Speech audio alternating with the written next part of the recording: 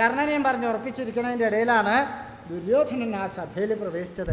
എപ്രകാരമായിരുന്നു അദ്ദേഹം ആ സഭയിലേക്ക് പ്രവേശിച്ചത് എന്നാണെങ്കിൽ, ബാലാതപപ്രേക്ഷ്യതരാംബരോയം ആനന്ദിതാശേഷവിലോചനാബ്ജ പ്രാചീമിവ പ്രാതരിനോ മുരാരി വൈചിത്രവീര്യസ്യ സഭാം വിവേശ. മുരാരി വൈചിത്രവീര്യസ്യ സഭാം വിവേശ. മുരാന്തകനായിട്ടുള്ള ഭഗവാൻ ശ്രീകൃഷ്ണൻ വിചിത്രവീര്യനന്ദനൻ്റെ സഭയെ പ്രാപിച്ചു. ഭഗവാൻ ശ്രീകൃഷ്ണൻ ധൃതരാഷ്ട്രരുടെ സഭയെ പ്രാപിച്ചു. എന്താ ദുര്യോധനൻ്റെ സഭ എന്ന് പറയാത്തത്? ദുര്യോധനല്ലല്ലോ സഭാനാഥൻ, അതാ ധൃതരാഷ്ട്രരുടെ സഭ എന്ന് പറഞ്ഞത്. ഭഗവാൻ ശ്രീകൃഷ്ണൻ ആ സഭയിലേക്ക് പ്രവേശിക്കലും കഴിഞ്ഞു. എപ്രകാരമാണ് അദ്ദേഹം ആ സഭയിൽ പ്രവേശിച്ചതെന്നാണെങ്കിൽ, പ്രാചീം ഇന ഇവ പ്രഭാത സമയത്ത് ഇനൻ ആദിത്യൻ കിഴക്കേ ദിക്കിൽ എപ്രകാരമാണോ ഉദിച്ച് പ്രവേശിക്കണത് അതുപോലെയാണ് ഭഗവാൻ ആ സഭയിൽ പ്രവേശിച്ചത്. പ്രഭാത സമയത്ത് ആദിത്യൻ സൂര്യൻ ഉദിച്ചു വരണ പോലെയാണ് കൃഷ്ണൻ ആ സഭയിൽ പ്രവേശിച്ചതെന്നാണ് പറഞ്ഞത്. സൂര്യൻ ഉദിച്ചു വരണ പോലെ എന്ന് പറഞ്ഞാൽ അത് കണ്ടാലല്ലേ അതുപോലെ എന്ന് പറഞ്ഞാൽ മനസ്സിലാവുള്ളൂ. സൂര്യൻ ഉദിക്കുന്നത് കണ്ടിട്ടുണ്ടോ? എവിടെയല്ലേ, കാണലൊക്കെ കഷ്ടിയാവില്ലേ. ആദിത്യൻ ഉദിച്ചു വരുമ്പോൾ പൃഷ്ഠത്തിൽ കയ്യും തിരികെ കിഴക്കോട്ട് ആസനവും കാണിച്ചിങ്ങനെ കിടക്കും. അങ്ങനെ കിടന്നാൽ കാണാൻ തരാവില്ല കേട്ടോ. നേരത്തെ എണീക്കണം. എന്നിട്ട് കുളിയൊക്കെ കഴിഞ്ഞ് ഇപ്പോൾ കുളിച്ചില്ലെങ്കിൽ കാലും മുഖമൊക്കെ ഒന്ന് കഴുകിയാലും മതി, കിഴക്കോട്ട് ഒന്ന് നോക്കി നിന്നാൽ മതി. ഒരു ദിവസം കണ്ടാൽ പിറ്റേ ദിവസം തന്നെ ആ നേരത്തെ കാണാൻ തോന്നും. അത്ര കൗതുകമാണല്ലോ ആ കാഴ്ച. ഉദിച്ച് മധ്യാഹ്നം ഒന്നായാൽ നോക്കാൻ പറ്റില്ല കേട്ടോ. അത് എങ്ങോട്ടൊക്കെ നോക്കണ പോലെ ആ അവസ്ഥയല്ല കേട്ടോ പറഞ്ഞത്. ഉദിച്ചു വരുന്ന സമയത്ത് ആദിത്യൻ്റെ അവസ്ഥയാണ്. എങ്ങനെയാത്? ബാലാതപ പ്രേക്ഷതരാംബര. ബാലാതപം കൊണ്ട് പ്രേക്ഷതരമായിട്ടുള്ള അമ്പരത്തോടു കൂടിയവനാണ് ആദിത്യൻ. ബാലാതപം ഇളവയിൽ, പ്രേക്ഷതരം മനോഹരം, അമ്പരം ആകാശം. ഇളവയിൽ കൊണ്ട് മനോഹരമായിട്ടുള്ള ആകാശത്തോടു കൂടിയവനാണ് ആദിത്യൻ അല്ലേ. ആ സൂര്യൻ ഉദിക്കുന്ന സമയത്ത് മേഘപാളികളിൽ മുഴുവൻ സുവർണരശ്മികളെ വ്യാപിപ്പിച്ചുകൊണ്ട് അതിമനോഹരമാണല്ലോ ആ കാഴ്ച. അപ്പോൾ കൃഷ്ണനും ആ ആദിത്യൻ ഉദിച്ചു വരുന്ന പോലെയാണ് കൃഷ്ണൻ സഭയിൽ പ്രവേശിച്ചതെന്ന് പറഞ്ഞു. കൃഷ്ണനും അങ്ങനെയാണോ? അതെ. ബാലാതപ പ്രേക്ഷതരാംബര. ബാലാതപം പോലെ പ്രേക്ഷതരമായിട്ടുള്ള അമ്പരത്തോടു കൂടിയവനാണ് കൃഷ്ണൻ. ബാലാതപം ഇളവയിൽ, പ്രേക്ഷതരം മനോഹരം, അമ്പരം വസ്ത്രം. ഇളവയിൽ പോലെ മനോഹരമായിട്ടുള്ള വസ്ത്രം ധരിച്ചവനാണ് ഭഗവാൻ ശ്രീകൃഷ്ണൻ അല്ലേ. പീതാംബരധാരിയാണല്ലോ അദ്ദേഹം. മഞ്ഞപ്പട്ട ഉടുക്കുക. ശ്യാമവർണ്ണനായിട്ടുള്ള മേഘവർണ്ണനായിട്ടുള്ള കൃഷ്ണൻ ആ പീതാംബരധാരിയായിട്ട് മഞ്ഞപ്പട്ടും ഉടുത്ത് പ്രവേശിക്കുന്നത് കണ്ടാൽ എന്താ തോന്നുക? മേഘപാളികളിൽ സുവർണരശ്മികളെ വ്യാപിപ്പിച്ചുകൊണ്ട് ആദിത്യൻ ഉദിച്ചു വരികയാണോന്ന്. നീ ആദിത്യൻ ഉദിക്കുമ്പോൾ പ്രകൃതിയിൽ കുറേ മാറ്റങ്ങൾ ഉണ്ടാവലുണ്ട്. ആനന്ദിതാശേഷ വിലോചനാബ്ജ. ആനന്ദിതങ്ങളായി അശേഷങ്ങളായിട്ടുള്ള വിലോചനങ്ങളോടും അബ്ജങ്ങളോടും കൂടിയവനാണ് ആദിത്യൻ. സൂര്യൻ ഉദിച്ചു വരുന്ന സമയത്ത് ജീവികളിലേക്ക് കണ്ണുകൾ ഉന്മേഷം കൊണ്ട് വിടർന്ന് വികസിച്ച് വെച്ചാവും ഇല്ലേ. ആ ഉറക്കമൊക്കെ കഴിഞ്ഞാൽ ആദിത്യനെ അങ്ങോട്ട് ഉദിച്ചു കഴിഞ്ഞാൽ ആ കണ്ണുകളൊക്കെ വിടർന്ന് വികസിച്ച് വെച്ചാവും. അതുപോലെ താമരകളും വിരിയും. പ്രകൃതി നിയമമാണല്ലോ അത്. ആദിത്യൻ ഉദിക്കുമ്പോൾ താമരകൾ വിരിയും, ചന്ദ്രൻ ഉദിക്കുമ്പോൾ താമര കൂമ്പുകയും ചെയ്യും. അപ്പോൾ ആദിത്യനും കൃഷ്ണനും ഒരുപോലെയാണെന്ന് പറഞ്ഞു. സൂര്യൻ ഉദിക്കുമ്പോൾ താമര വിരിയെന്ന് പറഞ്ഞു. ആ കൃഷ്ണൻ സഭയിൽ പ്രവേശിച്ച സമയത്ത് അവിടെയും താമര വിരിഞ്ഞു എന്നാണെങ്കിൽ അവിടെയും താമര വിരിയുണ്ടായി. ആ കൗരവ സഭയിൽ, ഭാരതസഭയിലും താമരകൾ വിരിഞ്ഞു എന്ന് വേണം പറയാൻ. ഇപ്പോൾ ഭാരതസഭയിൽ താമരകളൊക്കെ ധാരാളം വിരിഞ്ഞിട്ടുള്ളൊരു കാലമാണ് അല്ലേ.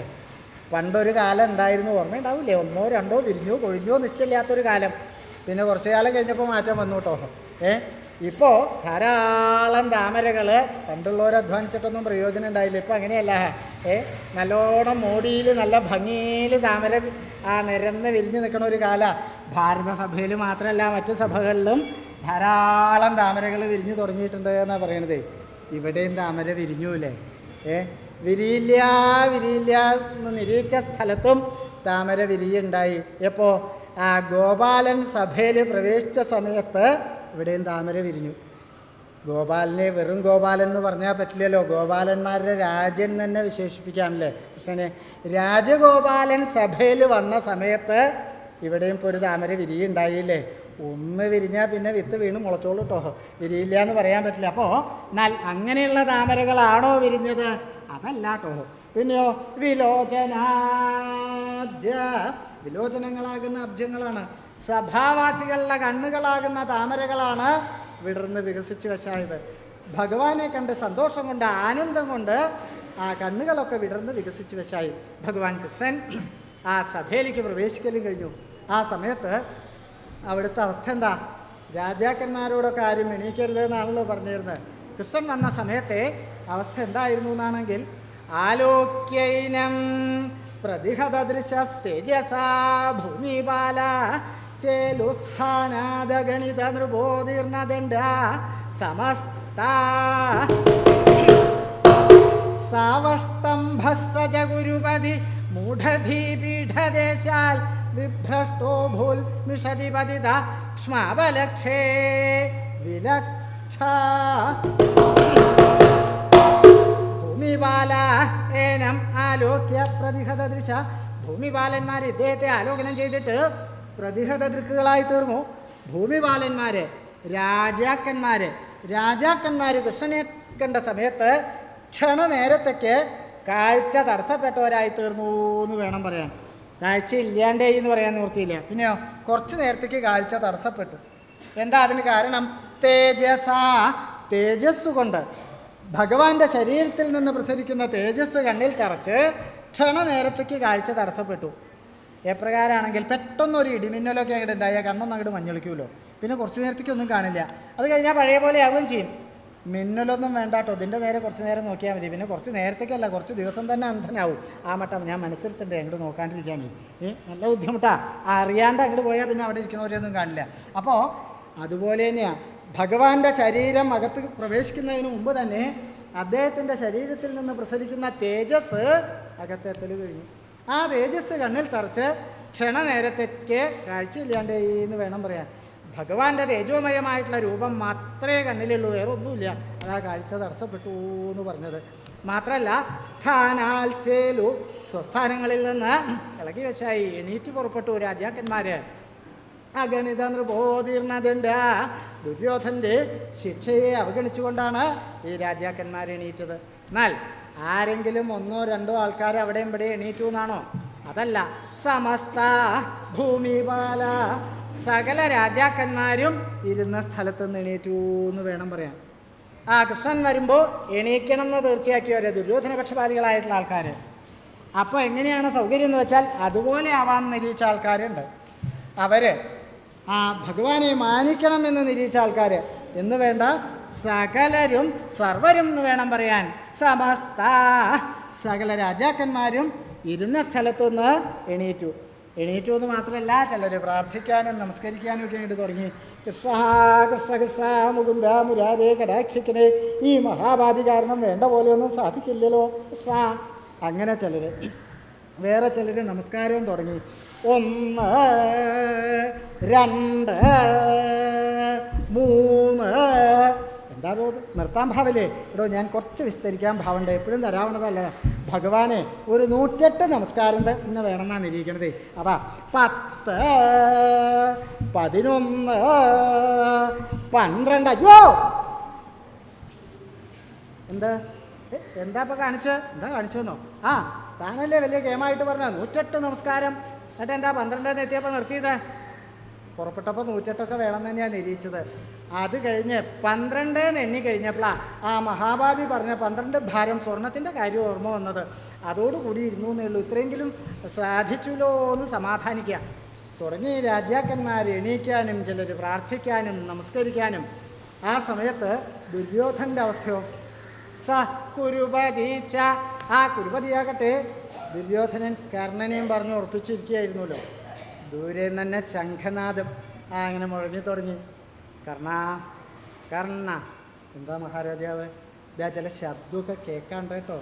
അവൻ്റെ വരവായി എന്നാണ് തോന്നണത്. മനസ്സിരുത്തണം, ഒരാളും കണ്ണുപെടാണ്ട് പോകരുത്. അവിടെയൊക്കെ താൻ നോക്കിക്കോളൂ, ഈ ഭാഗമൊക്കെ ഞാൻ ശ്രദ്ധിച്ചോളാം. അങ്ങനെ പറഞ്ഞുകൊണ്ടിരിക്കുന്നതിൻ്റെ ഇടയിലാണ് ഭഗവാൻ ശ്രീകൃഷ്ണൻ ആ സഭയിൽ പ്രവേശിച്ചത്. അതോടുകൂടി രാജാക്കന്മാർ എണീക്കാനും ദുര്യോധനെ എണ്ണാനും തുടങ്ങി. 1 2 3 4 5 6. കർണ എണീറ്റു, കർണ സകലരും എണീറ്റു. സ്വർണം, ധാരാളം സ്വർണം കിട്ടും. സന്തോഷമായി ദുര്യോധന്. അതില്ലേ കണക്കാക്കിയിട്ടാണ് ഇങ്ങനൊരു ശിക്ഷ നിശ്ചയിച്ചത്. ഒന്നുമില്ലോ കൃഷ്ണനെ അപമാനിക്കാൻ പറ്റും, അല്ലെങ്കിൽ ധാരാളം സ്വർണം സംഭരിക്കാം. എന്താ ഇനിയിപ്പോൾ യുദ്ധമൊക്കെയാണ് വരാൻ പോണത്. യുദ്ധത്തിന് ധാരാളം ദ്രവ്യം വേണം, ചിലവാകേണ്ടി വരും. ഈ രാജാക്കന്മാരെന്ന് വെക്കേണ്ട ഭരണാധികാരികൾ ആരായാലും അവർക്ക് ഇവിടുന്ന് ദ്രവ്യം പ്രജകളുടെ നിന്ന് കരം പിരിക്കണം, നികുതി പിരിക്കണം. ഇപ്പോൾ തന്നെ പിരിച്ച് ഒരുവിധം പാകാവൽ കഴിഞ്ഞിട്ടുണ്ടല്ലേ നികുതി. ഇപ്പോൾ പറയലൊക്കെ കേമായിട്ടുണ്ടായി, പലതും കൂടി ഒന്നാക്കി എന്ന് പറയുണ്ടായി. ഒന്നാക്കിയാൽ കുറയുന്ന ധരിച്ച് നികുതി എല്ലാം കൂടി ഒന്നാക്കലുണ്ടായതോ. ഒന്നാക്കിയപ്പോൾ ഇപ്പോൾ കുറയല്ല ഉണ്ടായത്, ഇരട്ടിക്കുക ഉണ്ടായതെന്നാണ് കേട്ടേ. അപ്പോൾ ഇനിയിപ്പോൾ യുദ്ധത്തിനെന്നും പറഞ്ഞ് ആദ്യം പിരിക്കാൻ പുറപ്പെട്ടാൽ പണ്ടത്തെ കാലമല്ല, പ്രജകൾ പിരിച്ചു എന്ന് വരും. ഉപായം കൊണ്ട് സംഭരിക്കുക ഭേദം നിശ്ചയിച്ചു. അതാ ഒന്നുമില്ലോ കൃഷ്ണനെ അപമാനിച്ചപ്പെടുന്ന് പറഞ്ഞേക്കാം, അല്ലെങ്കിൽ ധാരാളം സ്വർണം സംഭരിക്കാം. അപ്പോഴും ദുര്യോധനൻ നിരീക്ഷിച്ചത് എന്താ? ആരെങ്കിലും ഒന്നോ രണ്ടോ ആളൊക്കെ അവിടെ ഇവിടെ എണീക്കും, അവരുടെ ഒന്നും സ്വർണം കിട്ടുന്നേ നിരീക്ഷിച്ചുള്ളൂ. ഈ സകലരും എണീക്കുമെന്ന് വിചാരിക്കണ്ടായില്ല, എല്ലാവരും എണീറ്റില്ലേ. അതോടുകൂടി അങ്ങോട്ട് മാറി എന്തായി? അവഷ്ടംഭത്തോടു കൂടി അവനായി തീർന്നു. ദുര്യോധൻ്റെ അഹങ്കാരം അങ്ങോട്ട് വർദ്ധിച്ചു. അമ്പട ഞാൻ എൻ്റെ ബുദ്ധിയുടെ ഒരു വൈഭവം, അല്ലെങ്കിൽ ഇങ്ങനെ ഒരു ശിക്ഷ നിശ്ചയിക്കണം. ആരും എണീക്കരുത്, ആരെങ്കിലും എണീറ്റാൽ അവർക്ക് 101 അടി. അവൻ്റെ ശരീരം വേദനിക്കുന്നല്ലാണ്ട് തനിക്ക് അതുകൊണ്ട് ഒരു മെച്ചമില്ല. അതല്ലെങ്കിൽ കാരാഗ്രഹത്തിൽ കൊണ്ടിടാം. കാരാഗ്രഹത്തിൽ കൊണ്ടിട്ടാൽ നഷ്ടം കൂടിയുണ്ട്. എന്താ, ചെലവിന് കൊടുക്കാണ്ട് പറ്റില്ലല്ലോ, പട്ടിണിക്കിടാൻ നിവൃത്തിയില്ല. ഇത് അനുഭവിക്കുന്ന ആൾക്ക് ശിക്ഷയാവുകയും ചെയ്യും, തനിക്ക് അതിൻ്റെ ഗുണമുണ്ട്. അതാ എല്ലാവരും അങ്ങോട്ട് എണീറ്റു എന്ന് കണ്ടില്ലേ, അഹങ്കാരം അങ്ങോട്ട് വർദ്ധിച്ചു. അമ്പട ഞാൻ എൻ്റെ ബുദ്ധി ആ അഹങ്കാരത്തോടു കൂടി ഒന്ന് അവിടെ ഇരുന്ന് അങ്ങോട്ട് ഇളകി. ദുര്യോധന ആ സിംഹാസനത്തിലിരുന്ന് ഒന്ന് അങ്ങോട്ട് ഇളകി. ആ ഇളക്കം പക്ഷെ പിന്നെ നിൽക്കണ്ടായില്ല. ഇതെന്താ ഇളകണത്? ഇതെന്താ? സിംഹാസനത്തിന് കേടൊന്നുമില്ല, പീഠം എൻ്റെ തന്നെയാണ്, അതിന് കേടൊന്നുമില്ല. നിലത്തിനും അപകടമില്ല. പിന്നെന്താ ഇപ്പം കുലുങ്ങണത്? ഇനിയിപ്പോൾ ഭൂമി കുലുക്കൊക്കെയാവോ? അപ്പോൾ അവിടെ ഇവിടെയൊക്കെ ഉണ്ടെന്ന് കേൾക്കാണ്ട്. അങ്ങനെയാണെന്ന് വെച്ചാൽ ഞാൻ മാത്രമായിട്ട് കുലുങ്ങില്ലല്ലോ, അവിടെയുള്ളവരും കുലുങ്ങണല്ലോ. അവിടെ ആരും ഇളകണ കാണാനില്ല. പിന്നെന്താ അപ്പോൾ അത്? കർണൻ്റെ വിദ്യയാവും. ചിലർക്ക് അങ്ങനെയുണ്ട്, വെറുതെ ഇരിക്കുമ്പോൾ വെറുതെ ഇരിക്കാൻ വയ്യ, കയ്യും കാലൊക്കെ ഇങ്ങനെ വർപ്പിച്ചിരിക്കുക. അതാവും കർണനാവും പിടിച്ചിളക്കണത്. കർണ എന്താ മഹാരാജാവ് വേണ്ടാന്ന് ഇനി ഞാനൊന്നും വേണോ ചോദിച്ചില്ലല്ലോ. അതല്ലാന്ന്. ഏതല്ലാന്ന്? ഇളക്കണ്ടാന്ന്. എന്തിളക്കണ്ടാന്ന്? സിംഹാസനം ഇളക്കണ്ടാന്ന്. അതിന് ഞാൻ ഇളക്കണില്ല, ഇത് ഇളകുണ്ട്, അതെനിക്കറിയില്ല. എടോ ഞാനും താനും മാത്രമല്ലേ ഇപ്പം ഇതിലുള്ളൂ, അത്രേനേ ഉള്ളൂ. ഞാനല്ല ഇഷ്ടം, അപ്പോൾ താൻ തന്നെയാണ്. ഞാനല്ലാന്ന് എനിക്കറിയാം. അരുതെന്ന് പറയുമ്പോൾ കൂടുതൽ ഇളക്കുക ചെയ്യണത്. അരുത് ഗോഷ്ഠി കാണിക്കരുതെന്ന് എല്ലാവരും ഇടാൻ നോക്കണത്. കാരണം അപകടമാവും. എനിക്ക് അങ്ങനെ മോഹം ഉണ്ടെങ്കിൽ ഒറ്റയ്ക്ക് ഇരിക്കുമ്പോൾ പിടിച്ചിളക്കിക്കോളൂ. ഇങ്ങനെ പരസ്യമായിട്ട് വേണ്ട, കാരണം മറിഞ്ഞ് വീണാൽ അപകടമാവുമെന്ന്. ഇളക്കരുതെന്ന് പറയില്ലേ. ഞാനല്ല മഹാരാജാവ്, താനല്ല രാജാവ്, അത് ഞാനാ. അതുകൊണ്ടാണ് തന്നോട് പിടിച്ച് ഇളക്കരുതെന്ന് പറയണത്. കർണ വേണ്ട, സിംഹാസനം ഇളക്കാൻ പുറപ്പെട്ടാൽ ഞാൻ പിന്നെ തോഴനാണ് സുഹൃത്താണെന്ന് നോക്കില്ല കേട്ടോ, ശിക്ഷ ഉണ്ടാവും. ഉള്ള കാര്യം പറഞ്ഞേക്കാം. കുറച്ച് കഴിഞ്ഞപ്പോൾ കർണൻ അവിടുന്ന് എണീറ്റ് മാറി. എന്താ? കർണൻ അറിയാം താനല്ല ഇളക്കണത് എന്ന്. കർണൻ എണീറ്റ് മാറിയപ്പോൾ എന്താ? ഇളക്കം നിൽക്കുകയല്ല ഉണ്ടായത്, വർദ്ധിക്കുക ഉണ്ടായത്. അപ്പം കർണൻ അല്ലിരിക്കും ഇതുവരെ ഇളക്കിയിരുന്നു, അപ്പോൾ ഇളക്കം കൂടുകയാണല്ലോ ഉണ്ടായത്. വല്ലാണ്ട് ഇളക്കുണ്ടല്ലോ. നേരത്തെ കുറച്ചൊരു ആശ്വാസം ഉണ്ടായിരുന്നു കർണൻ ഇരുന്നപ്പോഴേ, ഇപ്പോൾ കൂടുക ഉണ്ടായത്. ഇനിയിപ്പോൾ വേറെ എല്ലാവരെയും വിളിക്കണേക്കാൾ ഭേദം കർണനെയാണ്. കർണ ഇത് വന്നിരിക്കും. മാടി വിളിക്കാൻ നിവർത്തിയില്ലാണ്ട് പിടുത്തം വിട്ടാൽ വീഴുക. അതുകൊണ്ടാണ് കർണ വേണമെങ്കിൽ എൻ്റെ മടിയിൽ തന്നെ ആവാന്ന്. ഇവിടെ വരുമെന്ന്, ഇവിടെ ഇരുന്നോളൂ. വേണ്ട, ഞാനിവിടെ നിന്നോളാം. അതല്ല കർണ, എനിക്കൊരു അലോഗ്യമില്ലാന്ന്. നേരത്തെ വേണ്ട ആക്ഷേപിക്കുക, അത് വേണ്ട. അതല്ലാന്ന്, ഇവിടെ ഒന്നിരിക്കൂ കർണ. കർണന് ഇരിക്കാനൊന്നും പോയില്ല. ഒന്നിരിക്കണോ? ഇത്തിരി കനുള്ള ഒരാളാവുകൊണ്ടാണ് ഒരു സഹായം. കുറച്ച് നേരം കഴിഞ്ഞപ്പോൾ എന്താ ക്രമേണ ഇളക്കാൻ അങ്ങോട്ട് വർദ്ധിച്ചു തുടങ്ങി. ദുര്യോധനോ അവഷ്ടംഭത്തോടു കൂടി അവനായി തീർന്നു. അതിലിങ്ങോട്ട് അമർത്തി അങ്ങോട്ട് പിടിച്ചു. അതങ്ങനെയാണല്ലോ, ഇരിക്കണ സ്ഥാനത്തിന് ഇളക്കം തട്ടിക്കഴിഞ്ഞാൽ പിന്നെ അതിന്ന് വീഴാണ്ടിരിക്കാൻ സകല വഴിയും നോക്കും. ദുര്യോധനും അതന്നെയാണ് ഉണ്ടായത്. ദുര്യോധനൻ എന്നല്ല, ലോക സ്വഭാവമാണല്ലോ അത്. ഈ അധികാരസ്ഥാനത്തൊക്കെ ഇരിക്കുന്ന ആൾക്കാരാവുമ്പോൾ അവനവൻ്റെ സ്ഥാനത്തിന് ഇളക്കം തട്ടിക്കഴിഞ്ഞാൽ പിന്നെ എന്താ ചെയ്യുക? അതിന്ന് വീഴാണ്ടിരിക്കാൻ സകല വഴിയും നോക്കും. ഇപ്പോൾ ഇവിടത്തേക്ക് തന്നെ കഥ അറിയില്ലേ? ഇളക്കാനുള്ള ശ്രമങ്ങളൊക്കെ ധാരാളമായിട്ട് നടക്കണ്ടേ. ഇളകി തുടങ്ങിയിട്ടില്ല എന്ന് പറയാറായിട്ടില്ല കേട്ടോ, വീഴില്ല എന്നും പറയാറായിട്ടില്ല അല്ലേ. പണ്ടത്തെ ആളുടെ പോലെ പറ്റും തോന്നണില്ല കേട്ടോ. മഹാകേമനൊക്കെയാണ് ശൗര്യമൊക്കെ കൂടുന്നൊക്കെ കേമായിട്ടൊക്കെ പറയുന്നുണ്ടെന്ന് തന്നെ ഉള്ളൂ. പക്ഷെ ഇളക്കാൻ പറ്റണ കൂട്ടത്തിൽ പെട്ടതാണ്. ഇളക്കി തുടങ്ങിയിട്ടുണ്ട്. പണ്ട് മുമ്പുണ്ടായിരുന്ന ആളല്ലോ കേട്ടോ, അതിനും പഴയ ആളെ. കുറച്ച് വയസ്സായപ്പോഴൊക്കെ കയറിയിരുന്നപ്പോൾ എല്ലാവരും നിരീക്ഷിച്ചത് എന്താ, സാരമില്ല, കുറേ പ്രായമായപ്പോൾ ഒരു മോഹം തോന്നി കയറിയിരുന്നതല്ലേ, അധികമൊന്നും ഉണ്ടാവില്ല എന്ന് നിരീക്ഷിച്ചു. കയറി ഇരുന്ന് കഴിഞ്ഞപ്പോൾ ഇളക്കാൻ തുടങ്ങി. ആരെ? കൂടെയുള്ളവരെന്നെ സഖാക്കളെന്നെ പിടിച്ച് ഇളക്കിയിരുന്നേ. പക്ഷെ അദ്ദേഹത്തിൻ്റെ സാമർഥ്യം കൊണ്ട് വീണില്ല എന്ന് മാത്രമല്ല, വീഴില്ല, അങ്ങനെയും ഇങ്ങനെയും ഒന്നും ഞാൻ വീഴില്ല എന്ന് മാത്രമല്ല, ഇനി വേണമെങ്കിൽ ആദ്യം കയറി ഇരിക്കാമെന്ന് നിരീക്ഷിച്ച് നടക്കുന്നുണ്ടല്ലേ ഉത്സാഹമായിട്ട്. ഇരിക്കില്ല എന്ന് പറയാൻ പറ്റില്ല കേട്ടോ, ഈ വിദ്വാൻ മറിഞ്ഞ് ചിലപ്പോൾ കയറിയെന്നും വരും. അപ്പോൾ ഇത് ലോക സ്വഭാവമാണ്. ഇരിക്കുന്ന സ്ഥാനത്തിന് ഇളക്കാൻ തട്ടിയാൽ അതൊന്ന് വീഴാണ്ടിരിക്കാനുള്ള സകല വഴി നോക്കും. ദുര്യോധന അതിലിങ്ങനെ അമർത്തി പിടിച്ച് ഇരിപ്പായി. കുറച്ചു നേരം ഉണ്ടായി. അത് ക്രമേണ ഇളക്കം വർദ്ധിച്ച് പീഠദേശാൽ വിഭ്രഷ്ട അഭൂൽ, ആ സിംഹാസനത്തിൽ നിന്ന് ചടപടധേം മറിഞ്ഞങ്ങോട്ട് വീഴുകയും ചെയ്തു. പിന്നിലേക്കാ മറിഞ്ഞ് വീണത്. വീഴുമ്പോഴും സിംഹാസനത്തിലത്തെ പിടുത്തം വിട്ടില്ല. അതോടുകൂടി എന്തായി, ആ സിംഹാസനം ദുര്യോധൻ്റെ മേലെ മാറത്തും വന്ന് വീണു. ചെറുതല്ല, നല്ല ഭാരമുള്ളതാണ്. അന്യരുടെ സഹായം ഇല്ലാണ്ട് അത് മാറ്റി എണീറ്റ് പോകാൻ നിവൃത്തിയില്ല. അപ്പോൾ എന്തായി, ആ സിംഹാസനവും മാറത്തേറ്റി ചുമന്ന് അവിടെ ഇങ്ങനെ കിടപ്പായി. കണ്ട എന്താ തോന്നുക, നിന്നെ ഞാൻ കുറേ കാലം ചുമന്നതല്ലേ, ഇനി നീയെ എന്നെ കുറച്ചു കാലം ചുമക്ക എന്ന് പറഞ്ഞ് സിംഹാസനം മേലിൽ കയറി ഇരിക്കുകയാണോ തോന്നും. എന്നാൽ ആരും കാണാത്തപ്പോഴായി വീഴ്ച സാരമില്ല.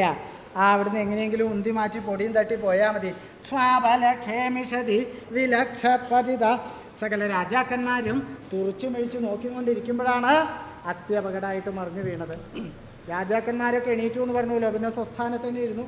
അത് കഴിഞ്ഞ് നോക്കിയപ്പോഴാ, എന്താടോ അവിടെ, എന്താ മഹാരാജാവിരുന്ന് കുലുങ്ങണത്? മഹാരാജാവിരുന്ന് കുലുങ്ങ, അതായിരുന്നു ഇളകണു. അത് സന്തോഷം കൊണ്ടാവും. സന്തോഷം കൊണ്ടോ? ചിലർ സന്തോഷം വരുമ്പോൾ ഇങ്ങനെ കുലുങ്ങും. ആനന്ദ നൃത്തം എന്നൊക്കെ കേട്ടില്ലേ?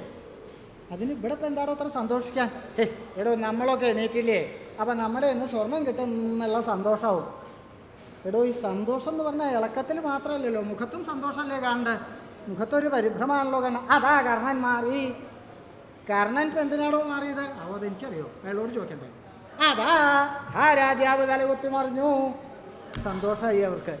അതില്ലേ അവരോട് പറഞ്ഞത് എന്താ, ആരും എണീക്കരുത്, അഥവാ ആരെങ്കിലും എണീറ്റാൽ അവർ ഓരോരുത്തരും 12 ഭാരം വീതം സ്വർണം തരണം. ഇപ്പം ആ പറഞ്ഞ ആൾ തലകുത്തി മറിയുക തന്നെ ചെയ്തു. എന്തായാലും ഒരു കാര്യം സമാധാനമായിടും, സ്വർണം കൊടുക്കാണ്ട് കഴിഞ്ഞു. അതെന്താ, താൻ എണീറ്റില്ലേ? ഞാൻ എണീറ്റു, ഞാൻ മാത്രമല്ല താനും എല്ലാവരും എണീറ്റു. പിന്നെന്താ സ്വർണം കൊടുക്കാണ്ട് കഴിഞ്ഞോന്ന്?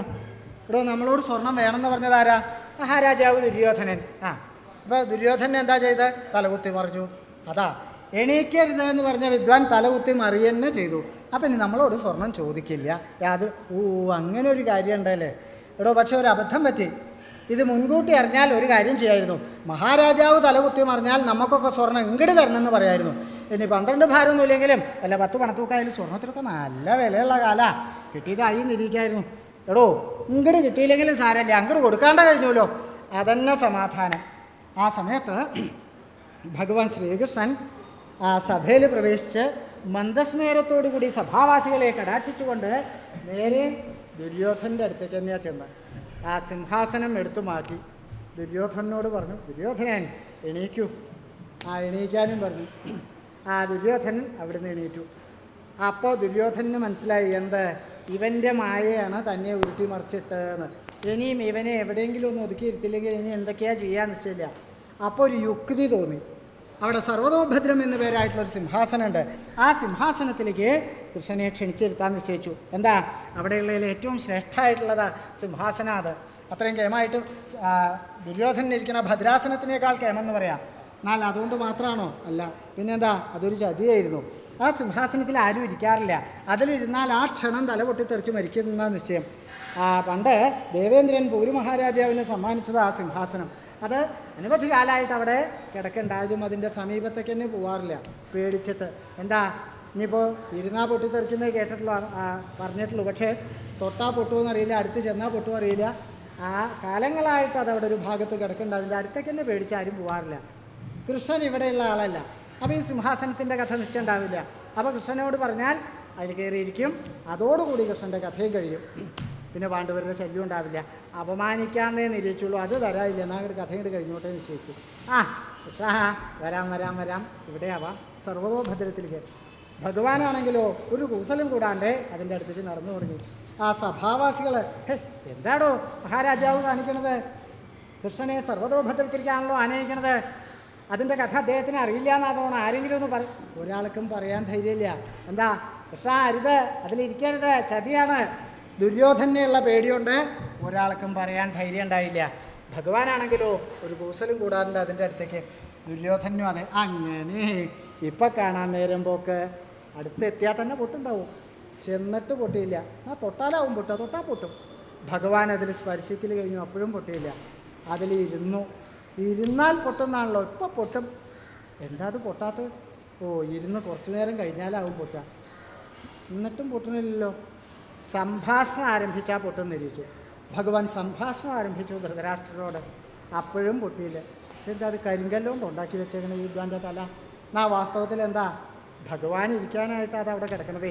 അത് മറ്റാരും ഇരിക്കാതിരിക്കാൻ, അശുദ്ധാവാണ്ടിരിക്കാൻ വേണ്ടിയിട്ടാണ് ഇങ്ങനെ ഒരു വ്യവസ്ഥ നിശ്ചയിച്ചത്. മറ്റാർക്കും അത് അറിയില്ല എന്ന് മാത്രം. ഭഗവാൻ ശ്രീകൃഷ്ണനും അതെ ആ സർവതോഭദ്രത്തിലിരുന്ന് ധൃതരാഷ്ട്ര മഹാരാജാവിനോടായിട്ട് സംഭാഷണം ആരംഭിച്ചു. അല്ലേ ധൃതരാഷ്ട്ര മഹാരാജാവ്, അങ്ങയുടെ അനുജനായിരുന്ന പാണ്ഡു മഹാരാജാവ്, അദ്ദേഹത്തിൻ്റെ പുത്രന്മാരായിട്ടുള്ള പാണ്ഡവരുടെ ദൂതനായിട്ടാണ് ഞാനിപ്പോൾ വന്നിട്ടുള്ളത്.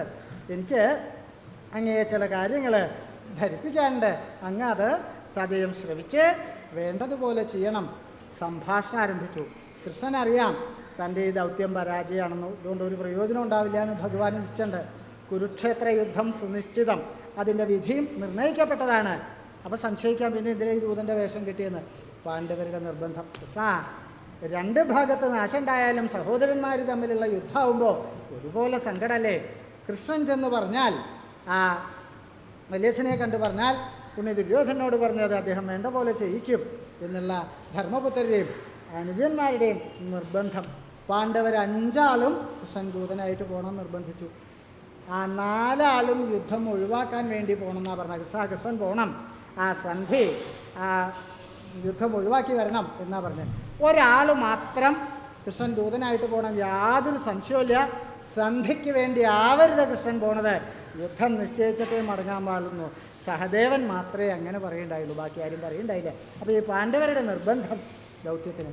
പിന്നെയോ ലോകരുടെ മുമ്പിൽ പാണ്ഡവർ തെറ്റുകാരാവരുത്, അവസാനം വരെ യുദ്ധം ഒഴിവാക്കാനായിട്ട് അവർ പരിശ്രമിച്ചു എന്ന് തൻ്റെ ഈ ദൗത്യം കൊണ്ട് ലോകരെ ബോധ്യപ്പെടുത്താൻ സാധിക്കും. അത് ഇനി ഇതല്ലാണ്ട് ഇതുകൊണ്ടൊരു ചെറിയ പ്രയോജനമുള്ളത് എന്താ? ധൃതരാഷ്ട്ര മഹാരാജാവിൻ്റെ പുത്രദുഃഖത്തിൻ്റെ കാഠിന്യം കുറയ്ക്കാം. എന്താ പുത്രദുഃഖം? കുരുക്ഷേത്രത്തിൽ വെച്ച് 100 പുത്രന്മാരും അദ്ദേഹത്തിൻ്റെ പുത്രന്മാരും വധിക്കപ്പെടും, യാതൊരു സംശയമില്ല. ഒരച്ഛനും സഹിക്കാൻ പറ്റാത്തത് അത്. 100 വേണ്ട, ഒരാൾ മരിച്ചാൽ തന്നെ സഹിക്കാൻ പറ്റില്ല. അപ്പോൾ ഈ 100 പുത്രന്മാരുടെ നഷ്ടം, അപ്പോൾ അതിൻ്റെ കാഠിന്യം കുറച്ച് കുറയും. എങ്ങനെ?